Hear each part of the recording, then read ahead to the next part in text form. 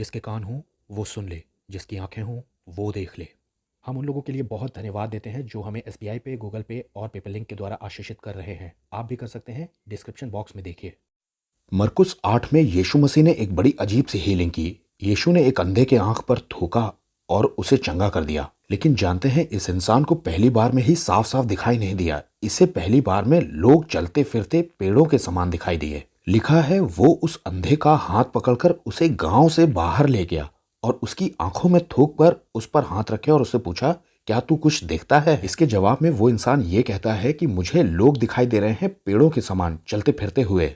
अब ये partial healing है, यानी कि आधी अधूरी चंगाई है। इस इंसान को पहली बार में साफ साफ क्यों नहीं दिखाई दिया? कुछ लोग इस बात को इस तरह से भी बताते हैं कि यीशु में विश्वास की घटी थी उस वक्त, या फिर सामर्थ की कमी थी, इसलिए यीशु ने दोबारा हिम्मत जुटाई और प्रार्थना की और देखो फिर से चंगाई हो गई। इसे ग्रेजुअल हीलिंग कहते हैं, यानी कि धीरे धीरे चंगाई होना। अब कलीसिया में कई बार लोगों को इंस्टेंट हीलिंग नहीं मिलती है, बल्कि धीरे धीरे हीलिंग मिलती है। ये बात तो सच है। मतलब जिसके लिए प्रार्थना हुई, या तो वो कुछ समय बाद या कुछ देर बाद चंगा होता है। लेकिन यहाँ पर ध्यान देने वाली कुछ बातों को आपको देखना चाहिए। आइए इसे देखते हैं। इसके ऊपर की आयत को जब आप पढ़ेंगे तो वहां लिखा है, और वे बेतसैदा में आए। बेतसैदा वो गांव था जिस पर यीशु मसीह ने कर्स प्रोनाउंस किया था, यानी कि श्राप ठहराया था। यीशु मसीह ने इन 3 नगरों पर अपनी हाय बोली थी, खुराजीन, बेतसैदा और कफरनहूम में भी। यहाँ लिखा है, हाय खुराजीन, हाय बेतसैदा, जो सामर्थ के काम तुम में किए गए, यदि वे सोर और सीदोन में किए जाते तो वो लोग टाट ओढ़कर राख में बैठकर कब के मन फिरा लेते।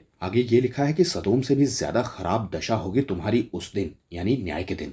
अब माना यह जाता है कि यीशु मसीह ने इन 3 सिटीज में अपने सबसे बड़े बड़े मिरेकल करके दिखलाए थे, इसके बावजूद इनका मन नहीं खुला और ऐसे श्रापित बेतसैदा गांव से यीशु मसीह के सामने एक अंधा लाया जाता है कि इसे चंगा कर दीजिए। लेकिन 23वीं आयत को फिर से देखिए, वहां लिखा है, वो उस अंधे को हाथ से पकड़कर उस गांव से बाहर ले गया। यानी कि श्रापित बेतसैदा गांव से यीशु मसीह बाहर ले गए और वहां पर कोई भी मिरेकल करना नहीं चाहते थे। शायद यीशु मसीह बेतसैदा को और मौका नहीं देना चाहते थे, इसीलिए लास्ट में वो ये भी कहते हैं, इस गांव के भीतर पांव भी मत रखना। यानी कि बेतसैदा गांव के अनुग्रह का समय बिल्कुल खत्म हो गया। अब वहां पर कोई भी टेस्टमनी नहीं छोड़ी जाएगी। अब एक और बात है जो कि ये अंधा व्यक्ति बोलता है। वो बोलता है, मैं मनुष्यों को देखता हूँ और वो मुझे ऐसे दिखाई देते हैं जैसे कि चलते हुए पेड़। इस बात से ये पता चलता है कि ये आदमी जन्म से अंधा नहीं था, क्योंकि इसे पता था कि पेड़ कैसा होता है।